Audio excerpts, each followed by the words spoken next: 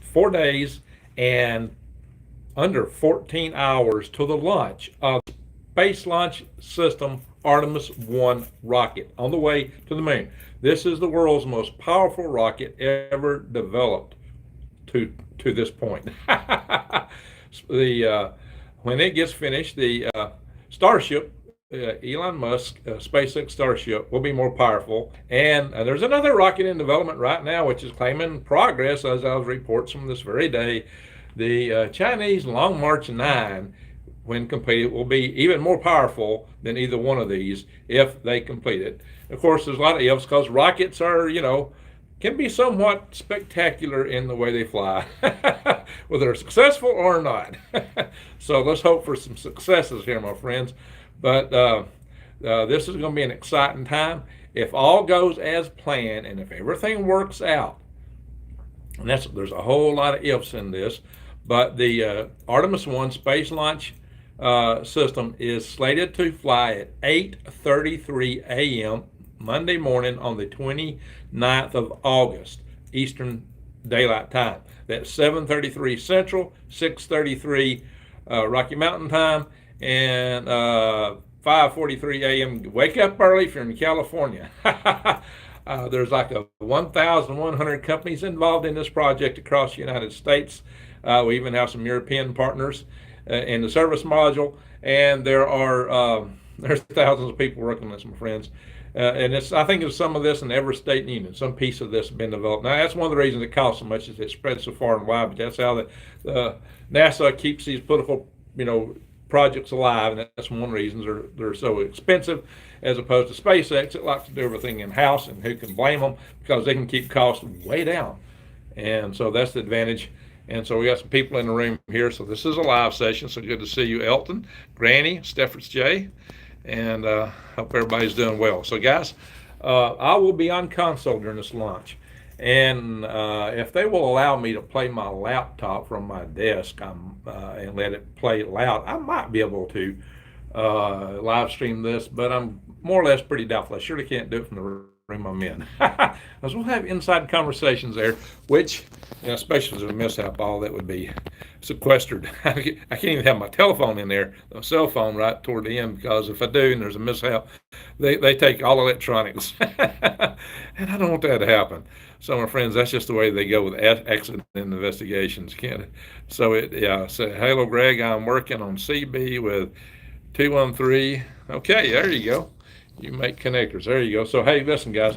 So, this rocket is going to be an exciting project. And now I know a lot of people are critical of it because it costs so much money and they're favoring Elon Musk, SpaceX. But guess what? It's crew launch programs that help fund the development of that space launch, the Starship from Elon Musk. They've helped fund that. So space station has actually helped fund that through that. And even NASA has paid 2.89 billion, I think, to SpaceX. SpaceX is developing the human landing system for this system. So SpaceX is absolutely critical to our return to the moon. And but we got to be a little bit worried, because right now they are, the human landing system is supposed to land in 2025, and that's just 3 years from now. And I think they're just beginning to start this development, and they're the Starship, SpaceX Starship concept started in 2005, supposedly. It was announced in 2012, and they started developing it then, but they had a big design change in 2019, 3 years ago. And they still got this thing out there. They're not tested all 33 engines yet. They don't have yet approval to launch that thing. So can SpaceX actually have a human landing system ready by 2025? I know SpaceX fans will say, well, absolutely, but hey, who knows what'll be ready then, right, guys? So we'll have to see.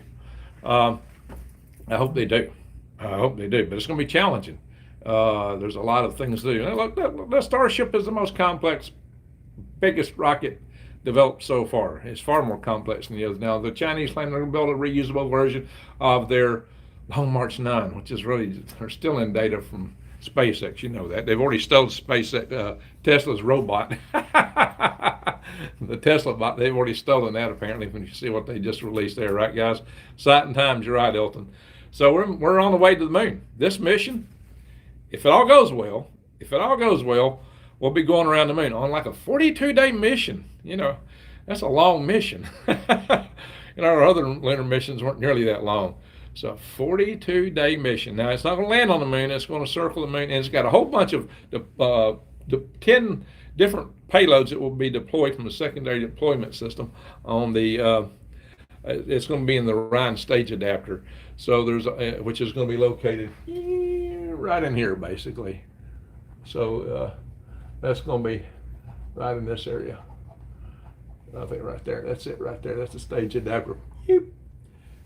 And so that's going to have a bunch of little bitty payloads. Those payloads are going to be exciting. Even people that don't support this rocket ought to support those payloads. And one of them was even started by a hackerspace company, guys. I'll be talking about this tonight on Rex Bears live with him at 9 on leakproject.com. And I will do another video on going into the payloads and talking. I'm going to talk some details on this rocket and the payloads. I'm going to kind of go through it all. I might make that 2 separate videos on my channel, but I will be doing that. Let's see, Renee Cruz, busy working delivery U.S. Postal Mail at Barney Hill. Well, I hope all my worms that just got ordered went through that I shipped Monday. Anyway, guys, the post office has been really stressed, guys. No, I'm not at home right now, Granny. I'm at the office. So I can call Finnish wife or space aliens. Oh, Brian. So let's see here. There we go. Well, guys, stay tuned. I'm going to be on console for this launch. Let's hope everything goes well. Rockets are very complex devices, and hey, a chain's only as strong as its weakest link. Let's hope we got it all worked out and these things fly. Hope this flies. I hope the Starship flies. I hope all this stuff flies and works well. But there's still developmental experimental programs. Things can happen. So let's wish these programs the best. And with that, I'm going to say thank y'all for watching. I got to head to the house. I got a zillion things to do. But y'all take care, and Greg out.